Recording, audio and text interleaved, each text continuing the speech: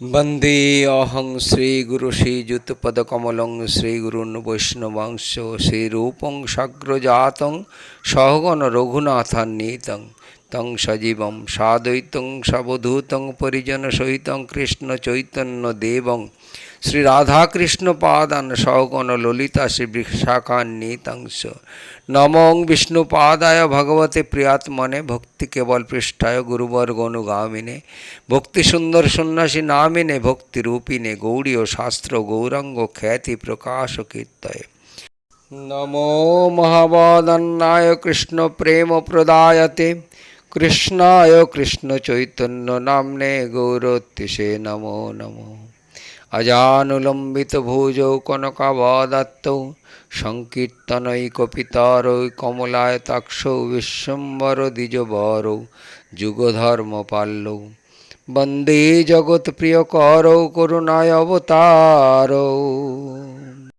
वंशाकल्पतरुभ्यश्च कृपा सिन्धुभ्यो एव च पतितानां पावनेभ्यो वैष्णवेभ्यो नमो नमः।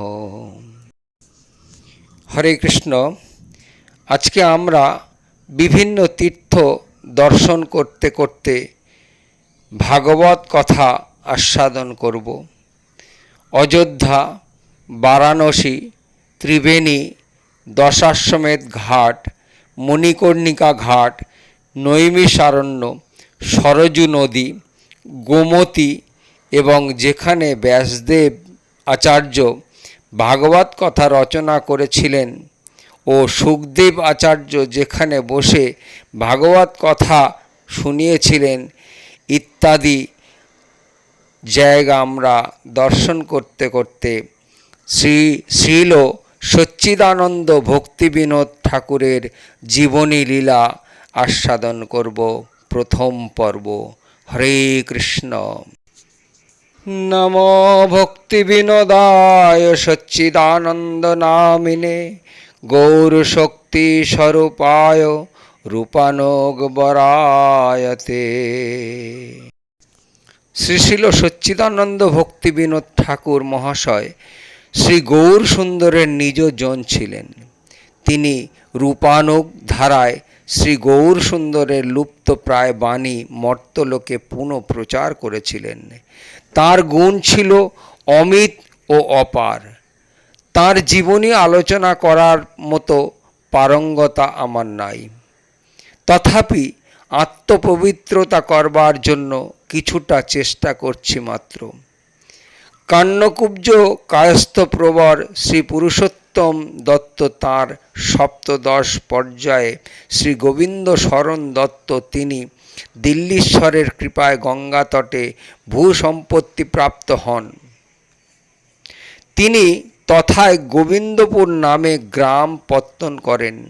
পরবর্তীকালে শ্রী গোবিন্দপুর ইংরেজরা দুর্গ নির্মাণ করলে তার পুত্র পৌত্রগণ হাটখোলায় এসে বসবাস করতেন।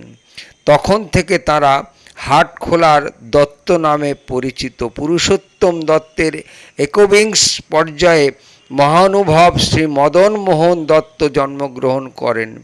তিনি হাটখোলার দত্তদের মধ্যে অগ্রগণ্য এবং পরম ভক্ত বলে পরিচিত ছিলেন।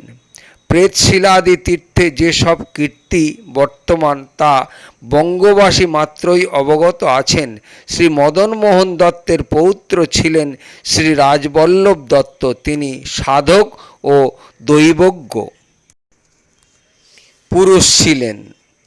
তিনি স্বজনগণের উৎপীড়ন উড়িষ্যা প্রদেশের কটক জেলার অন্তর্গত বিরূপা নদী তটে ছুটি গোবিন্দপুর গ্রামে বসবাস করতেন। শ্রী রাজবল্লভ দত্তের পুত্র শ্রী আনন্দচন্দ্র দত্ত তিনিও পরম ধার্মিক প্রকৃতির লোক ছিলেন। তিনি বিবাহ করেন নদিয়া জেলায় বীরনগর গ্রামে প্রসিদ্ধ জমিদার শ্রী ঈশ্বরচন্দ্র মস্তফি মহোদয়ের কন্যা শ্রীমতী জগমোহিনীকে। তার গর্ভে শ্রীশিল ভক্তিবিনোদ ঠাকুর মহাশয় বাংলা 1245 সাল 18ই ভাদ্র জন্মগ্রহণ করেন। তার জন্মলগ্ন দেখে জ্যোতিষী পণ্ডিতগণ বলেছিলেন, শিশু ভবিষ্যতে বিদ্যা বুদ্ধিতে উন্নত হবে এবং একজন মহাপুরুষ হবে। পিতৃপ্রদত্ত নাম ছিল শ্রী কেদারনাথ দত্ত।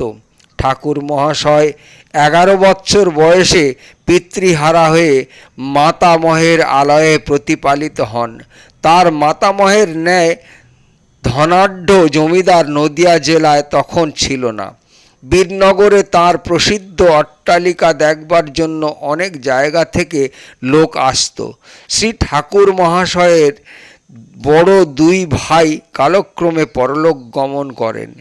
তখনকার কথা তিনি আত্মচরিতে লিখেছেন, তিনি বড় কষ্টে প্রতিপালিত হন ও বিদ্যাভ্যাসাদি করেন। 5 বৎসর বয়সে মাতামহের আলয়ে থেকে পাঠশালায় বিদ্যাভ্যাস আরম্ভ করেন। তার অসাধারণ মেধা ছিল। 9 বৎসর বয়সে জ্যোতিষশাস্ত্র অধ্যয়ন করেন।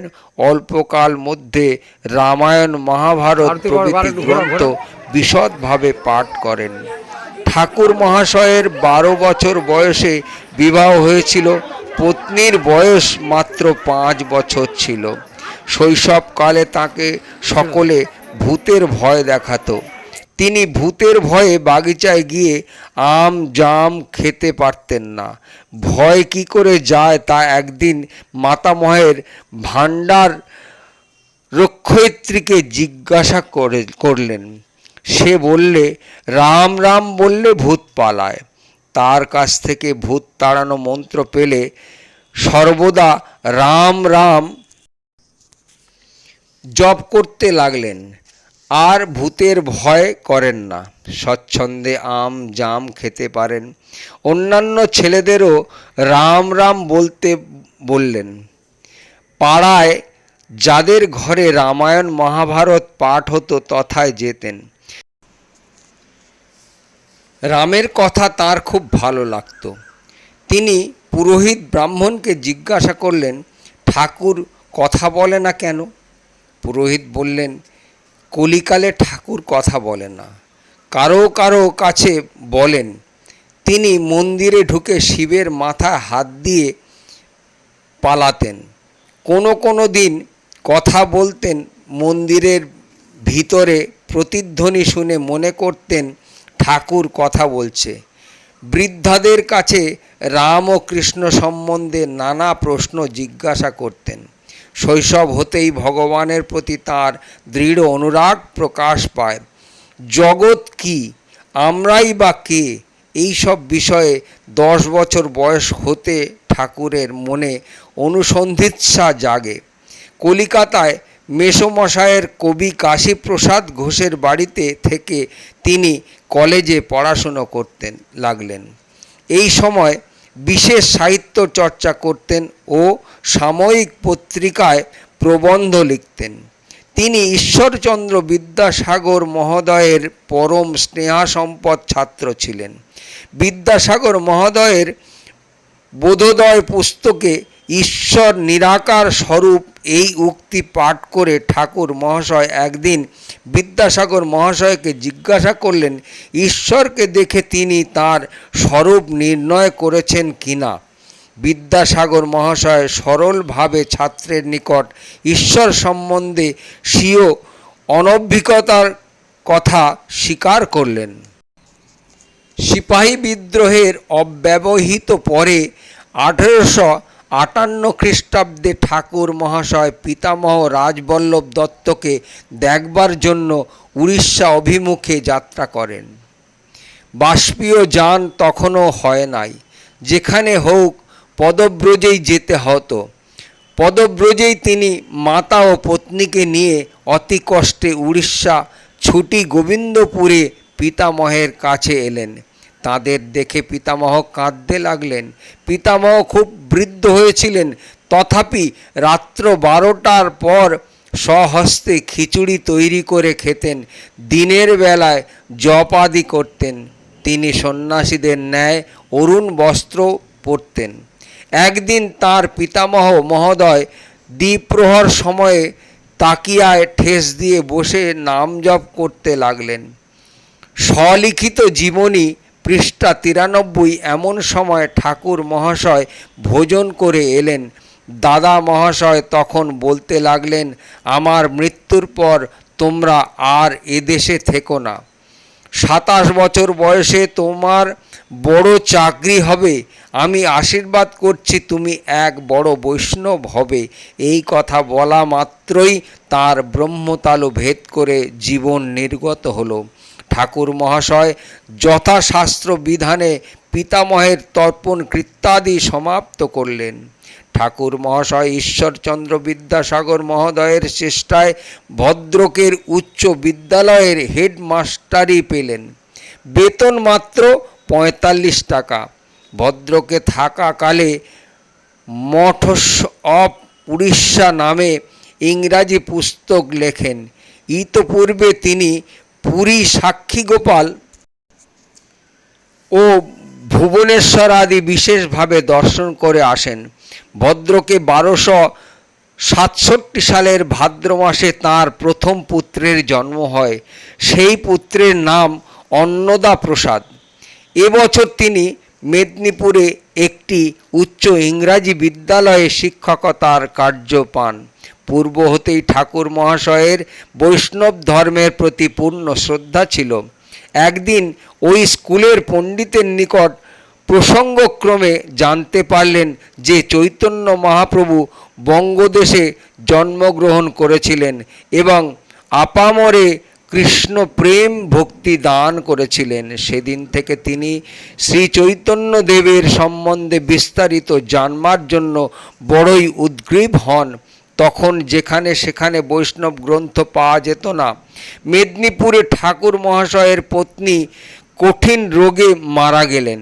তখন নবজাত শিশুর বয়স মাত্র 10 মাস। বৃদ্ধা জননীর ও সঙ্গে রয়েছেন, সুতরাং দ্বিতীয়বার বিবাহ করা ছাড়া উপায় নাই। জগপুরের গণ্যমান্য রায় মহাশয়ের দৌহিত্রী শ্রীমতী ভগবতীকে বিবাহ করলেন। পত্নী খুব সুশীলা, শান্ত ও যাবতীয় কার্যে নিপুণ ছিলেন। ঠাকুর মহাশয় বিজন গ্রাম কাব্য সন্ন্যাসী প্রদত্ত ইওর ওয়ান্স নামে কয়েকখানি ছোট গ্রন্থ রচনা করলেন। এ সময় তিনি আইন পরীক্ষা পাশ করলেন। ছাপড়া জেলায় ডেপুটি ম্যাজিস্ট্রেটের পদ পেলেন।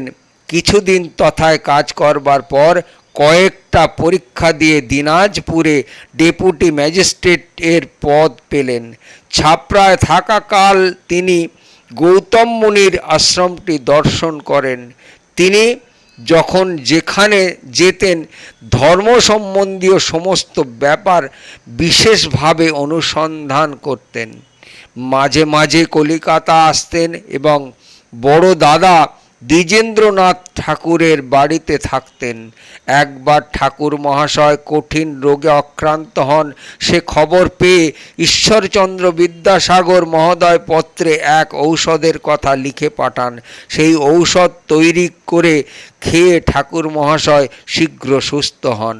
দিনাজপুরে ডেপুটি ম্যাজিস্ট্রেটের কাজ করবার সময় কোনো বন্ধুর সৌজন্যে শ্রী চৈতন্য চরিতামৃত ও শ্রীমদ্ ভাগবত তাঁর হস্তগত হয়। এ তাঁর প্রথম চৈতন্য চরিতামৃত পাঠ ও অনুশীলন। পূর্বে ঠাকুর মহাশয় রাধাকৃষ্ণের লীলাকে হেয় মনে করতেন, কিন্তু যখন দেখলেন শ্রী চৈতন্যদেব সেই লীলা একমাত্র অবলম্বন করেছেন, তখন তিনি শ্রী চৈতন্য চরণে শরণ নিলেন। শ্রী চৈতন্যদেব কৃপাপূর্বক তাঁর হৃদয়ে যথার্থ তত্ত্ব স্ফূর্তি করালেন। সে সময় হতে তাঁর শ্রী রাধাকৃষ্ণ ও শ্রী চৈতন্যে বিশেষ ভক্তি উৎপন্ন হল। শ্রী ঠাকুর মহাশয় চৈতন্য গীতা নামক এক পুস্তক সচ্চিদানন্দ প্রেমালঙ্কার নাম দিয়ে প্রকাশ করেন। তিনি আগে ব্রহ্ম সমাজে যাতায়াত করতেন। শ্রী চৈতন্য চরিতামৃত পড়বার পর ব্রহ্ম সমাজকে একেবারেই বাদ দিলেন। ঠাকুর দিনাজপুর থাকাকালে শ্রীকান্ত জিউ ও অত্রেয় নদী দর্শন করেন। 68 সালে তিনি পুরীধামে বদলি হয়ে আসেন। বড় দাঁড়ে মণ্ডলের কোটা ভাড়া নিয়ে থাকলেন। এ সময় প্রত্যহ শ্রী জগন্নাথ দেব দর্শন করতেন এবং মহাপ্রভুর লীলাস্থলী দর্শনাদি করতেন। তখন উড়িষ্যার কমিশনার ছিলেন রেভেনশা সাহেব। তিনি ঠাকুর মহাশয়কে খুব স্নেহ করতেন। একসময় এক ঘটনা ঘটল। অতিবাড়ি দলের বিষকিশন নামে একজন লোক ছিল। সে কিছু যোগ বিভূতি জানত। সরদাইপুরের ক্রোশখানেক দূরে এক জঙ্গলে সে আপন দলবল নিয়ে এক মঠ স্থাপন করে এবং নিজেকে মহাবিষ্ণুর অবতার বলে জাহির করে। সে নিজের লোক দ্বারা কতগুলি কল্পিত কথা প্রচার করে যে মহাবিষ্ণু বিষকিশন গুপ্তভাবে আছে। 14ই চৈত্র রণ হবে, এরা তখন চতুর্ভুজ মূর্তি ধরে সব যবন বধ করবে। এসব কথা শুনে অনেক স্ত্রী পুরুষ তাকে দেখতে যেত।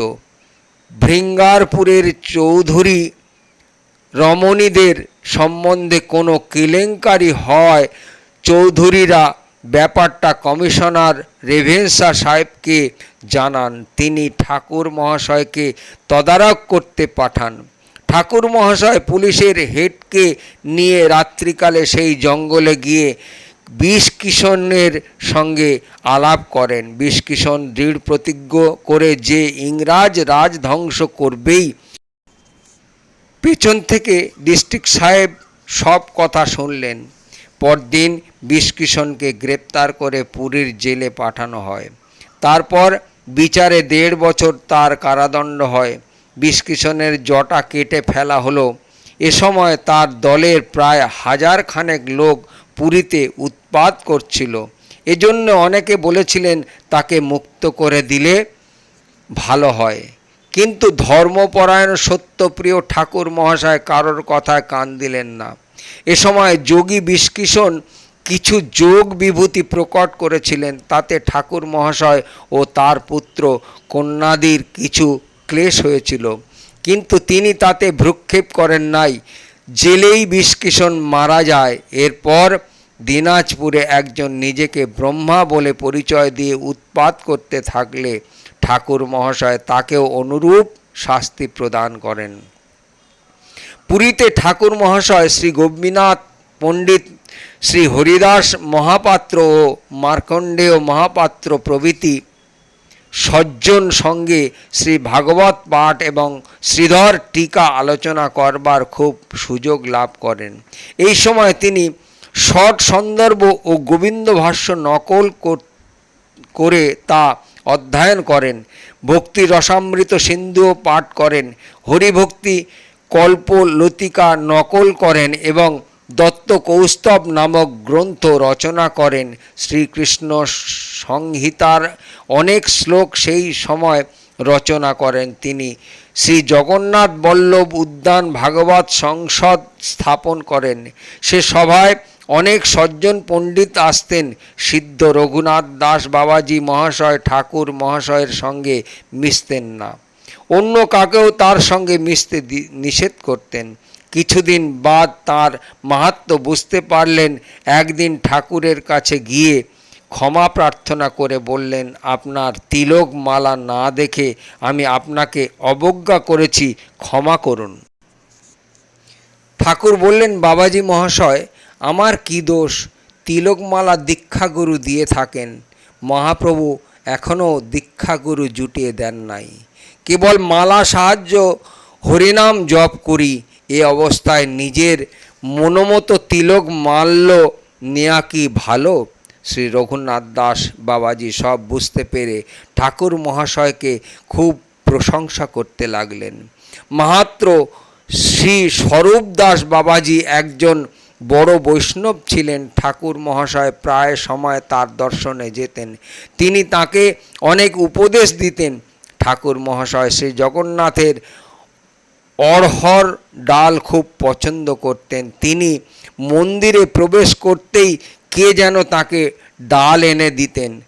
স্নান যাত্রা, রথযাত্রা ও দোলযাত্রাদি সময়ে ঠাকুর মহাশয়ের উপর পর্যবেক্ষণের ভার পড়ত। তিনি খুব পরিশ্রম করে যাত্রীদের শ্রী জগন্নাথ দর্শনের সুন্দর ব্যবস্থা করে দিতেন। তিনি পূর্ণ 5 বছর কাল শ্রী জগন্নাথ দেবের এই সেবায় নিযুক্ত ছিলেন। 1874 খ্রিস্টাব্দে 6 ফেব্রুয়ারি মাঘী কৃষ্ণা পঞ্চমী তিথিতে শ্রী বিমলা প্রসাদ শ্রীমদ ভক্তিসিদ্ধান্ত সরস্বতী প্রভুপাদ ঠাকুর ষষ্ঠ সন্তান রূপে পুরীতে আবির্ভূত হলেন। শ্রী জগন্নাথ দেব ঠাকুরের সেবায় সন্তুষ্ট হয়ে যেন এই পুত্রটিকে দান করেন। পুত্রটি যেন স্বর্ণ প্রতিমা বলে মনে হচ্ছিল। লগ্ন দেখে জ্যোতিষ পণ্ডিতগণ বলেছিলেন, পুত্র ভবিষ্যতে একজন বড় আচার্য হবে, ধর্ম প্রচার করবে। কয়েক মাস পরে ঠাকুর মহাশয় শিশু এবং তার মা অন্যান্য ছেলে মেয়েদের পালকি যোগে রানাঘাটে পাঠিয়ে দেন। কিছুদিন পরে তিনিও বদলি হয়ে নড়ালে আসেন। 1286 সাল নড়াল থাকার সময় ঠাকুর মহাশয় কৃষ্ণ সংহিতা কল্যাণ কল্পতরু গ্রন্থ নতুনভাবে প্রকাশ করেন। নড়ালে মফস্বলে অনেক বৈষ্ণবের সঙ্গে ঠাকুরের পরিচয় হয়। রায়চরণ গায়ক নামে বৈদ্য বংশজাত একজনকে ঠাকুর শুদ্ধ বৈষ্ণব বলে মনে করতেন। ঠাকুর মহাশয় কিছু দিনের জন্য তীর্থ ভ্রমণে বের হয়ে বৃন্দাবন ধামে এলেন এবং বিভিন্ন স্থান দর্শন করলেন। সেই সময় শ্রী রূপদাস বাবাজি কুঞ্জে ছিল জগন্নাথ দাস বাবাজি মহারাজের দর্শন পেলেন। বাবাজি মহারাজ তাকে অনেক উপদেশ দান করলেন। বৃন্দাবন হতে ঠাকুর মহাশয় কার্যস্থানে পুনঃ ফিরে এলেন। মিত্র উকিল সারদা চরণ মৈত্র মহাশয় তাকে বিশ্বনাথের টিকাসহ শ্রীমদ্ ভাগবত খরিদ করে দেন। মাতৃদেবীর পরলোক গমনে ঠাকুর মহাশয় শ্রাদ্ধ করবার জন্য গয়াধামে যান ও তর্পণ ক্রিয়াদি করেন। প্রেতশিলা পর্বতে উঠতে 395টা ধাপ তাঁর বৃদ্ধ প্রপিতামহ শ্রীযুত মদন মোহন দত্ত নির্মাণ করেছিলেন, তা দর্শন করলেন এবং পর্বত গাত্রে পিতামহের নাম দেখলেন। 1288 সালে নড়ালে সজ্জন্তোষণী পত্রিকা প্রকাশ আরম্ভ করেন। 1885 সালে রামবাগানের বাটিতে বৈষ্ণব ডিপোজিটারি হয়। এই সালে ঠাকুর মহাশয় শ্রী বিমলা প্রসাদকে সঙ্গে নিয়ে কুলিন গ্রাম ও সপ্তগ্রাম প্রভৃতি দর্শন করেন।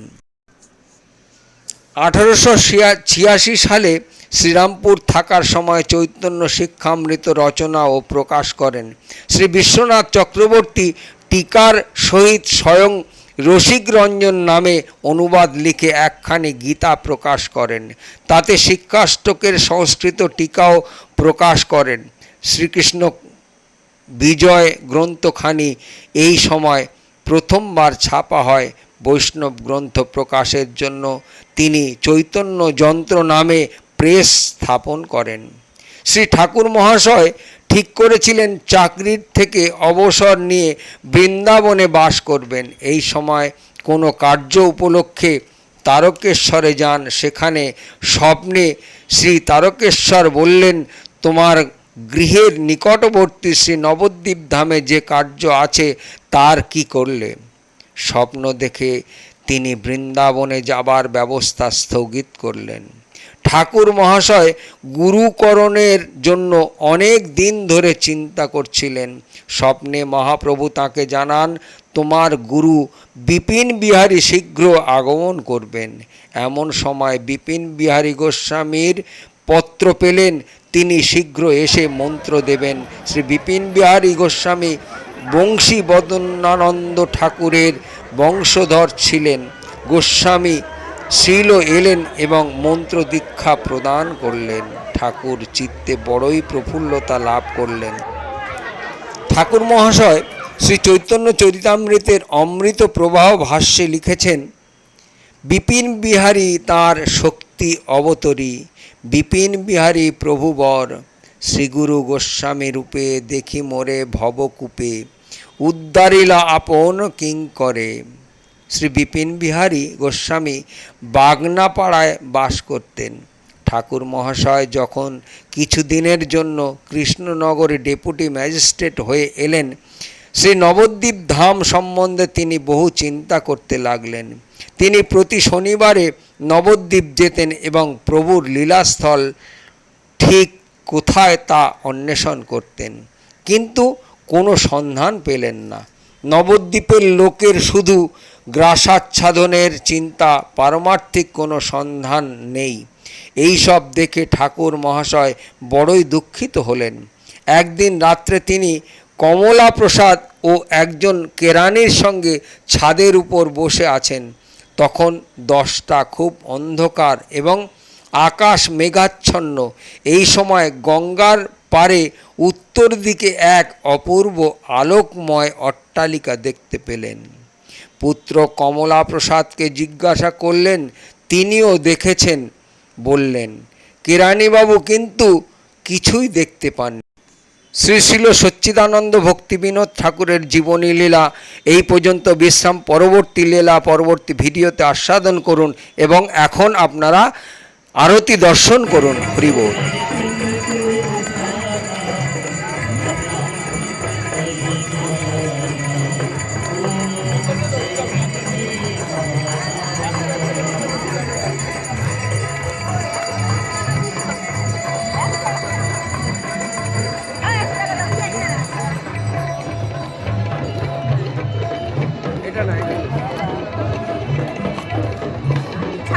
ব্যাগটা রাখ।